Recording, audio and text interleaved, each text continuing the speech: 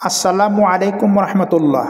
সম্মানীয় দর্শক ও শ্রোতা মণ্ডলী, আমি আপনাদের সামনে হাজির হয়েছি কিভাবে সৌদি খেজুর গাছ লাগাতে হয়, অর্থাৎ কিভাবে দানা থেকে গাছ বের হয়, সেই গাছওয়ালা দানা কিভাবে মাটিতে দিতে হয় আর মাটি থেকে কিভাবে সেটা গাছ আকারে বের হয় সেইগুলি আপনাদেরকে দেখাচ্ছি। প্রথমে কিছু বালি আর মাটি, প্রয়োজনে কিছু জৈব সার একসাথে নিয়ে এই বীজ যেগুলি কলা বের হয়েছে এগুলি আস্তে আস্তে সেই পাত্রে দিতে হবে। শিকড়গুলি যাতে সোজাসুজি নিচের দিকে যায়, যেন বাঁকা না হয়, এবং শিকড়গুলি যেন না ভাঙে, কেননা শিকড়গুলি যদি বাঁকা হয় তাহলে গাছও বাঁকা হবে। কাঠির সাহায্যে ছোট এই পাত্রে একটু ফাঁকা ফাঁকা করে শিকড়টা আস্তে আস্তে নিচের দিকে দিতে হবে, যাতে করে সম্পূর্ণ শিকড়টা যেন নিচে যায় এবং দানা সামান্য পরিমাণ বালির নিচে থাকবে। তারপরে একটি আলোযুক্ত জায়গা, যেখানে বৃষ্টি পাবে না, সেই সাথে কিছুটা সূর্যের আলো পায় এমন জায়গায় রাখতে হবে।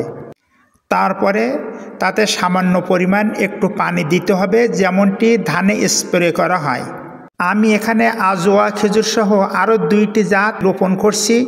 কোন কোন জাতের খেজুর সেটা আলাদা আলাদা করে রাখতে হবে। তারপর চারার বয়স যখন 1 মাস বা তার একটু বেশি হবে, তখন বোঝা যাবে কোনটা স্ত্রী গাছ আর কোনটা পুরুষ গাছ। স্ত্রী গাছগুলি রেখে পুরুষ গাছগুলি বাদ দিতে হবে। স্ত্রী গাছ আর পুরুষ গাছ কিভাবে পার্থক্য করবেন পরে ভিডিওতে দেওয়া হবে ইনশাআল্লাহ।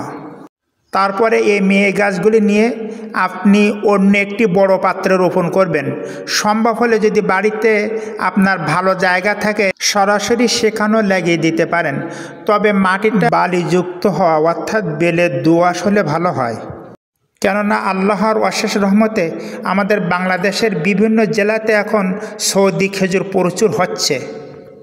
তাই যদি আমরা সেইভাবে সংরক্ষণ করতে পারি এবং গাছের প্রতি যত্ন নিতে পারি, তাহলে আমাদের দেশে সব ডিস্ট্রিক্টে খেজুর গাছ হওয়া সম্ভব ইনশাআল্লাহ। তবে মনে রাখতে হবে এই খেজুর গাছে কোনো প্রকার জীবজন্তু যেন আঘাত না করতে পারে। আল্লাহ চাহে তো 5 থেকে 6 বছর বয়স হলে এই খেজুর গাছ থেকে খেজুর পাওয়া যাবে ইনশাআল্লাহ। অবশ্যই এই খেজুর গাছে সামান্য পরিমাণ সার ব্যবহার করতে হয়, সেটা কিন্তু এখন নয়, গাছ অনেক বড় হলে।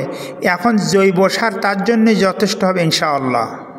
সম্মানীয় দর্শক ও শ্রোতা মণ্ডলী, এই ছিল খেজুরের চারার রোপণ নিয়ে আজকের ভিডিও। পরবর্তী আবার অন্য কোনো ভিডিওতে দেখা হবে ইনশাআল্লাহ। ততক্ষণ সকলে ভালো থাকুন, সুস্থ থাকুন। আল্লাহ হাফিজ।